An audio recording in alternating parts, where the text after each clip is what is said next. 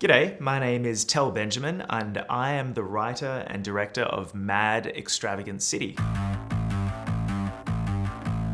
Mad Extravagant City is an Australian Gothic crime film about two debt collectors, Pretty Boy and Chip, who end up on a 48-hour odyssey through Sydney's criminal underworld after their first collection of the day goes horribly wrong. Pretty Boy and Chip are like brothers. They're lifelong friends, and they've been debt collecting since they were teenagers. They inherited these jobs from their fathers and are stuck in this legacy of criminality. Pretty Boy has made peace with that. He wants to climb the ladder as high as it can go, whereas Chip has a son and wants to break the cycle. He wants to leave this life and create a better life for his kid. When things go wrong on this fateful day, there are high-stakes circumstances that these two need to overcome together. However, this offers up a rare opportunity for the duo, and if they play their cards right, they'll be able to solve one of their problems, but not both. Tel has written this great script that's tense and propulsive, thoughtful and very funny, with an authenticity and empathy that's only really possible from someone that has Tel's unique experience. I grew up around a lot of crime and violence as a kid. It's the kind of stuff that you don't really recognize has a hand in shaping who you are until you've had enough time and distance away from it. I grew up in a housing commission in Glebe in the 90s with my single mum, but occasionally when my father would take me on weekends, due to his very specific career trajectory, I'd spend a lot of time, frankly, selling and selling stolen out in Cabramatta, doing deals with very eccentric, larger-than-life criminal figures. Meeting these people and being part of this world has given me a very empathetic lens and has allowed for me to recognize that these people aren't the kinds of people necessarily that you see on film and television, that it is possible to be a criminal and to have made bad choices in your life, but also be a good-hearted person. The film itself sits within this canon of great Australian crime thrillers, really reminiscent of films like Two Hands, Wake in Fright, or even more recently a show like Mr. In Between, but still offering a really fresh, unique perspective and take. There's this wonderful magical realism streaked throughout the film.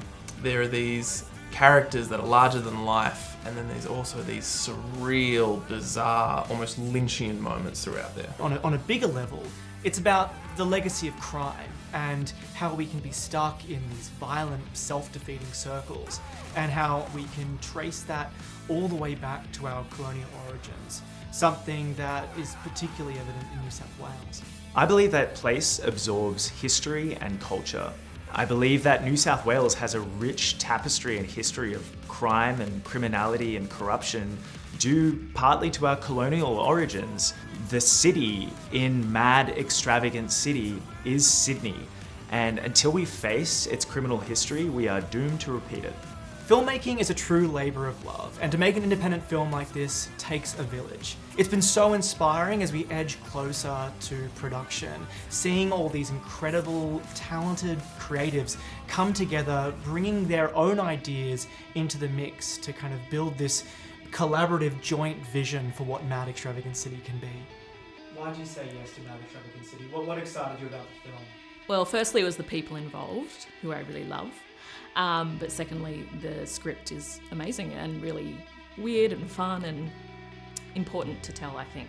I want the design to be slightly weird in a way that you can't quite put a finger on. There's something strange going on under the surface. The film is a set of tableaus that highlights these quirky, colourful characters, and I'm really excited for the design and the costumes to reflect that uniqueness. We're approaching the cinematography with a focus on character perspective and emotional texture. We're aiming to create a visual language that feels intimate yet stylized, with bold framing, rich contrast, and dynamic blocking. We're shooting on a Super 35mm sensor and vintage lenses, the Zeiss Super Speed Mark IIs, which I think are really representative of what the film's about. Wide open, these lenses give us really soft characteristics that give us a very dreamlike state, which really explores different types of beats in the movie where we start to move into that magical surrealism. Stanley Kubrick used the Zeiss Super Speed Mark IIs in The Shining, even though that's very much a different film, but you can really see how there's that intensity where there's realism in the film, and then as the film goes on, it starts to get the more kookiness. We're fortunate enough to get support from Panavision and Camera Hire, who have really given us a boost with supplying all the kit for the film. Tell wrote Mad Extravagant City strategically for a shoestring budget. As a team, we know how to be agile and scrappy in order to sensibly utilize every dollar we have to make this film the best it can be. We've been really fortunate so far, raising a good chunk of our budget through private investment. Generous people who believe in the film and want to see it become a reality. So we're underway, but we're not quite at the finishing line yet, and we need some additional support in order to make this film a reality. With your help, every dollar raised helps make this film the best it can be. That means better and more sustainable wages for our cast and crew. It goes towards production design, equipment, locations, music, post-production, all of it. This film is a dream project for our team. This is an opportunity for many of us who have been working in this industry for over a decade to take the leap into feature filmmaking. It's also an opportunity to tell an important story. We hope you'll consider supporting us as we explore this mad, extravagant city.